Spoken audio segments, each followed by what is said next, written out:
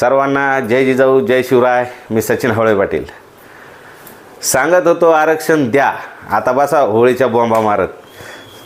म्हणजे मनोज जरांगे पाटील हे जेव्हा सरकारला सांगत होते अरे आरक्षण द्या आरक्षण द्या, आम्हीच तुमच्यावर गुलाल उधळू, ट्रक भरून फुलं उधळू, सर्व सरकारने किंवा पक्षांनी हलक्यात घेतलं. आणि आता ती वेळ निघून गेलेली आहे. आता आचारसंहिता लागलेली आहे. आचारसंहितेमध्ये सरकारला कुठलाही निर्णय घेता येत नाही. मनोज जरांगे पाटलांना सर्व समाज बांधवांनी एक आग्रह धरला होता की काहीतरी भूमिका घ्या, काहीतरी स्पष्ट करा, आपल्याला काय करायचं आहे. आणि त्याची चिंतन आढावा बैठक, जागतिक लेवलची आढावा बैठक म्हणजे लाखो करोडोच्या संख्येने आंतरवाली सराटी येथे 24 तारखेला सर्व समाज बांधव येणार आहे.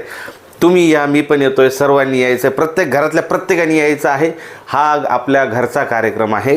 घरचं लग्न समजून प्रत्येकाने मूळ द्या.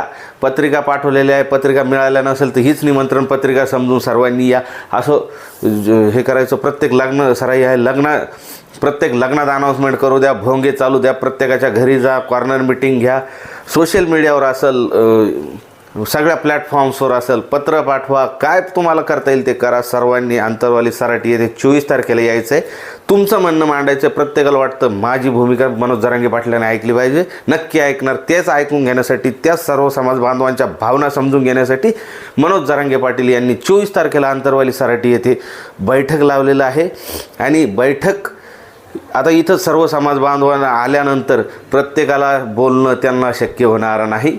तुम्हाला वाटेल की त्यांना सांगावं, पण मग सांगायचं कसं? तर आपलं एक छोटंसं A18चं किंवा A4च्या डबल जे असतं तसं आपलं काय म्हणणं आहे त्याच्यावर मस्त टाईप करून आणा मोठ्या अक्षरामध्ये, जे दिसल आणि ते फक्त घेऊन उभे राहा.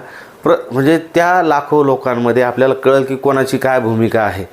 आता आम्ही राजकीय गणित हे अगोदर सांगत होतो. आता राजकीय गणित सांगणारे आम्ही काही इतके तज्ज्ञ नाही, पण अगोदर म्हणजे 2019च्या काळामध्ये असं होत होतं की एक जर आमदार निवडून यायचा तर 30-40 हजार मतदानामध्ये तो आमदार निवडून येत होता.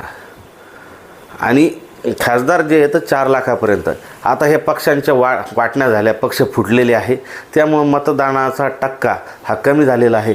मनोज जरांगे पाटलांनी काल भूमिका सांगितली आहे की 100% आपल्याला मतदान करायचं, मराठ्यांनी एकाही व्यक्तीने घरी थांबायचं नाही. मग कसं?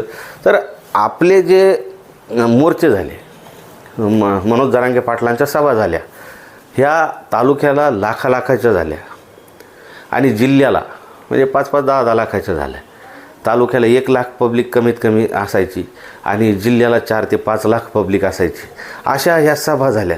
आज जर आपण बघितलं की मराठ्यांनी म्हणजे पहिले जे 30-40 हजारला एक आमदार निवडून यायचा, आज ते 20-25 हजारावर एक आमदार निवडून येईल.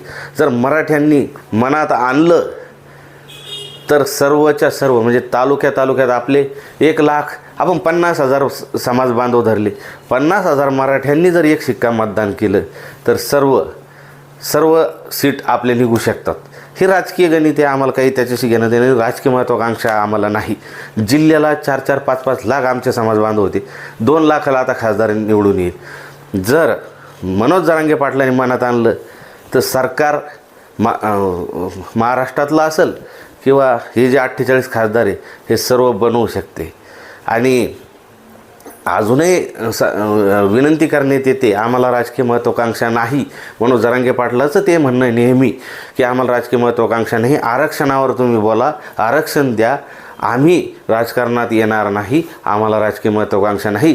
पण प्रत्येक समाज बांधव हा चिडून उठलेला आहे. प्रत्येकाची भावना आहे की आता आपलं सरकार पाहिजे, आपण भीक मागे धंदे नाही, आपली लढाऊ जाते, आपण आजपर्यंत देत आलेलो आहे, सर्व समाजाचा मोठा भाऊ आहे, सर्वांच्या पाठीशी उभं राहिलो, त्यामुळं सर्व समाज बांधव आपल्या पाठीशी उभे राहिलेले आहे. त्यांचं पण म्हणणं आहे की मराठ्यांना आरक्षण मिळावं, पण सरकारची मानसिकता दिसत नाही. आज 30 तारखेपर्यंत ह्या पोलीस भरतीचं हे चालू आहे, SCBCचं, ESBCचं, EWSचं हे 10% आरक्षणाचा घोळ आहे. प्रत्येक तरुणापुढं असा प्रश्न आहे की भरायचा कुठून, कुणबीचे दाखले सापडले ते मिळत नाही. म्हणजे मराठ्यांवर फार अन्याय होत आहे. पण लढा शांततेचा आहे, गरजवंत मराठ्यांचा आहे म्हणून शांततेत लढा चालू आहे. कुणीही जे सोशल मीडियावर उग्र जे प्रतिक्रिया देत आहे त्यांना सांगू इच्छितो, सोशल मीडियावर सायबर क्राईमची नजर आहे, आचारसंहिता लागलेली आहे, राजकीय कोणी बोलायचं नाही, कुठल्याही पक्षाच्या नाही, कुठल्याही नेत्याच्या विरोधात कोणी बोलायचं नाही. असं जर बोललं त्यांचं समर्थन कुणीही करणार नाही. आता मराठ्यांना रोखणं शक्य नाही. म्हणजे आपण बघितलं आहे की प्रत्येकाच्या सोयीनुसार ही राजकारणी आपापली पोळी भाजण्यासाठी ह्या पक्षातून त्या पक्षात, त्या पक्षातून त्या पक्षात जात आहे. पण मराठ्यांना कोणी गृहीत धरू नये. मनोज जरांगे पाटील जी भूमिका घेतील त्या भूमिकेकडं सर्वांचं लक्ष आहे. तरी अजूनही सरकारला विनंती आहे, आता ते आचारसंहिता लागलेली आहे, ते भूमिका कशी घेऊ शकतात सांगता येत नाही. पण जर तुम्ही मनोज जरांगे पाटलांशी चर्चा करून काहीतरी ठोस भूमिका घेऊ शकले तर अजूनही वेळ गेलेली नाही असं वाटतंय. पण आता 3 दिवसानंतर मनोज जरांगे पाटील ही भूमिका घेणार आहे. सरकारमध्ये जे मराठी म्हणजे असं जो गैरसमज आहे सर्व पक्षांमध्ये किंवा सरकारमध्ये असतील की मराठी आमच्याकडे, मराठ्यांचे म्हणजे छत्रपती शिवरायांच्या काळातही मराठी होते, पण ते सगळेच शिवरायांच्या सोबत नव्हते, काही विरोधी गनिमांच्या सोबत होते. म्हणून असं समजायचं कारण नाही की तिकडेही मराठे, इकडे हे हाडामासाचे मराठे हे मराठा आरक्षणासाठी लढतात. आमच्यासारखे मावळे हे या लढ्यामध्ये शहीद जरी झाले तरी आम्हाला पर्वा नाही. आम्ही आत्महत्या करून मारणार नाही. आम्ही लढून मारणारी आमची जमात आहे आणि आम्ही लढून मारणार. आता माघार नाही. रणी निघती शूर न पाहे माघारी. आता आम्ही रणी निघालो आहोत. हा रंग चढू दे, ही झिंग चढू दे, हो सूर्य नवा आभाळी, तेज नवे तळपू दे. असं आमच्या जरांगे पाटलांचं झालेलं आहे. आमचा सूर्य हा तेजाळलेला आहे. एकटा व्यक्ती, एकटा बंदा काफी आहे, एक बंदा काफी आहे. त्यांनी सर्वांना एक केलेलं आहे, नेक केलेलं आहे. सर्व जाती धर्माचे समाज बांधव आपल्यासोबत आहे. कुणीही कुठल्या जातीच्या विरोधात बोलायचं नाही, कुठल्याही पक्षाच्या विरोधात बोलायचं नाही. सर्व जाती धर्मांना आपल्याला सोबत घ्यायचं आहे. तुमच्या ज्या भावना असतील त्या अंतरवाली सराटी येथे 24 तारखेला येऊन सांगायच्या आहे, त्या नक्कीच ऐकून घेतल्या जातील आणि त्यावर मनोज जरांगे पाटील ठोस भूमिका घेणार आहे. पण आपले जे काय असे ते सोशल मीडियावर असे चुकीचे काही मांडून समाजामध्ये संभ्रम निर्माण करू नका. 24 तारखेपर्यंत सर्वांनी सोशल मीडिया हातात घ्या. हे जे व्हिडिओ आहे माझा हा आवडला असेल नक्की शेअर करा, चॅनल सबस्क्राईब करा, कारण वेळोवेळी तुम्हाला मी अपडेट देण्याचं काम करत राहील. माझ्या श्वासोश्वास असेपर्यंत मराठा आरक्षणासाठी मी मनोज जरांगे पाटलाच्या पाठीशी खंबीरपणे उभा आहे. तुम्ही खंबीर उभे राहा, कारण कुठलीही राजकीय महत्त्वाकांक्षा जरांगे पाटलांनाही पैशाचा मोह नाही. 7 महिन्यापासून समाजासाठी परिवाराचा त्याग केलेला व्यक्ती आहे. अवघा मराठा समाज हा मनोज जरांगे पाटलांचा परिवार झालेला आहे. तसाच तुम्हीही सर्वांनी अवघा मराठा समाज परिवार समजून या लढ्यामध्ये सहभागी व्हायचं आहे. हा यज्ञ, या यज्ञामध्ये सर्वांनी आपापलं योगदान हे द्यायचं आहे. सामूहिक जसे यज्ञ होतात आणि तिथं आपण जाऊन तुपाची धार लावतो त्या पद्धतीने फुल ना फुलाची पाकळी आपल्याला जशी मदत करता येईल. कुणी या मीटिंगच्या नावाने किंवा या चळवळीच्या नावाने पैसा कोणाकडूनही 1 रुपया घ्यायचा नाही. स्वखर्चाने आपापलं योगदान द्यायचं आहे. आपण नोकऱ्यासाठी, शिक्षणासाठी आपण जे पैसे खर्च करतो, आज तो जर आरक्षण मिळालं तर आपल्या पोरांचा उद्धार होईल. 30-40 वर्षा अगोदर जर हा लढा याच ताकदीने जर उभा राहिला असता किंवा सर्व समाज जर एक झाला असता तर आपला आरक्षणाचा मुद्दा हा मार्गी लागला असता. आपला सेनापती खंबीर आहे, लढाई आरपारची आहे. सेनापती आपला, कारण कुठल्याही युद्धाचं असं असतं की सेनापती जर खंबीर असला, सेनापती जर पळून गेला तर सैन्य पळून जात असतं. सेनापती आपला शेवटच्या श्वासापर्यंत राहणार आहे आणि त्या सेनापतीसोबत आम्ही सर्व मावळे त्यांच्या पाठीशी खंबीर उभे आहोत. निर्दोष तरुणांवर आमचे जे गुन्हे नोंदवत आहेत ते कृपया मागं घेण्यात यावे. काल परवा असं ऐकण्यात आलं की गुन्हे वापस घेणार आहे. तर मी विनंती करतो आणि सर्व समाज बांधवांना पुन्हा आवाहन करतो, कुठलीही पोस्ट टाकताना विचारपूर्वक टाका. त्याचं समाज मनावर काय इफेक्ट होईल हे जाणून घ्या. त्याच्याशिवाय पोस्ट शेअर करू नका. तुमच्या व्ह्यूज वाढण्यासाठी, तुमच्या लाईक वाढण्यासाठी, तुमचे कॉमेंट्स वाढण्यासाठी चुकीच्या पोस्ट करू नका. त्याचं समर्थन कुणी करणार नाही. येताना शांततेत द्यायचं, जाताना शांततेत द्यायचं. तिथं राहण्याची सोय आहे नाही आहे, जेवणाची सोय आहे नाही हे बघायचं नाही. सर्वांची सोय केलेली आहे, राहण्याची केलेली आहे, तिथं मोठ्या प्रमाणात मंडप लावण्याचं काम चालू आहे, जेवणाची सोय केलेली आहे.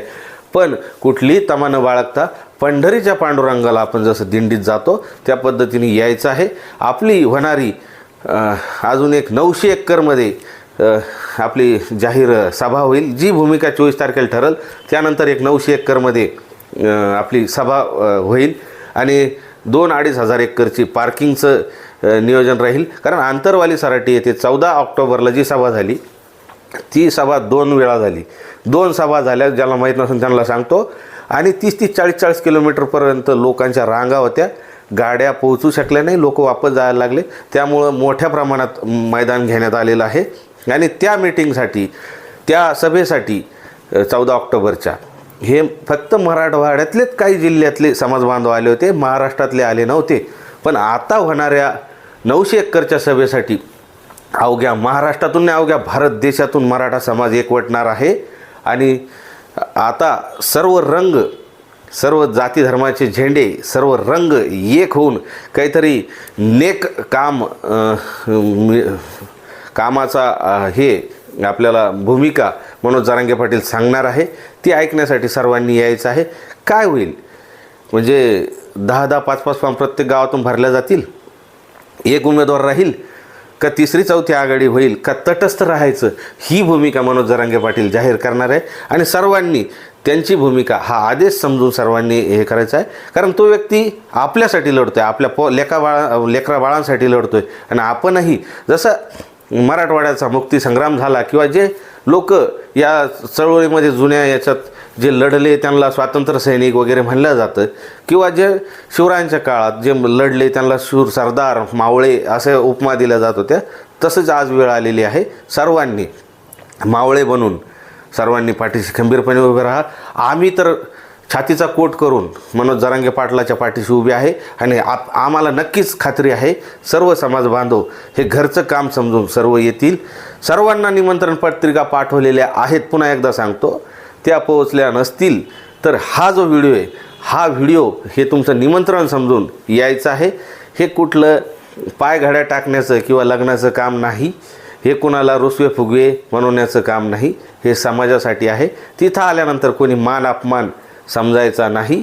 आल्यानंतर शिस्तीचं दर्शन घडवायचं, प्रत्येकाने स्वयंसेवक बनून यायचं, एवढीच विनंती करतो. थांबतो. जय जिजाऊ, जय शिवराय. हा व्हिडिओ सर्वांनी आवर्जून शेअर करायचा आहे. शेअर केल्याशिवाय कोणी थांबायचं नाही. आपले चांगले व्हिडिओ जर येत असतील तर ते नक्कीच शेअर करायला विसरू नका. चुकीचे असतील डिलीट करा. निगेटिव्ह बातम्या बघू नका. निगेटिव्ह बातम्यांनी तुमच्या मनामध्ये निगेटिव्ह परिणाम करून घेऊ नका. जे तरुण नैराश्यात गेलेले त्यांना आवाहन करतो, आत्महत्या कुणी करायची नाही. आपला इतिहास लढून मारायचा आहे, आत्महत्या करून नाही. कुणी आत्महत्या करायचं नाही. आत्महत्या करायचा विचार असेल तर फक्त तुम्ही 24 तारखेच्या मीटिंगला येऊन बघा आणि मग तुमच्यात परिवर्तन होईल. तुम्हालाही अभिमान वाटेल मराठा जातीत जन्मल्याचा. एवढंच बोलतो. थांबतो. जय शिवराय.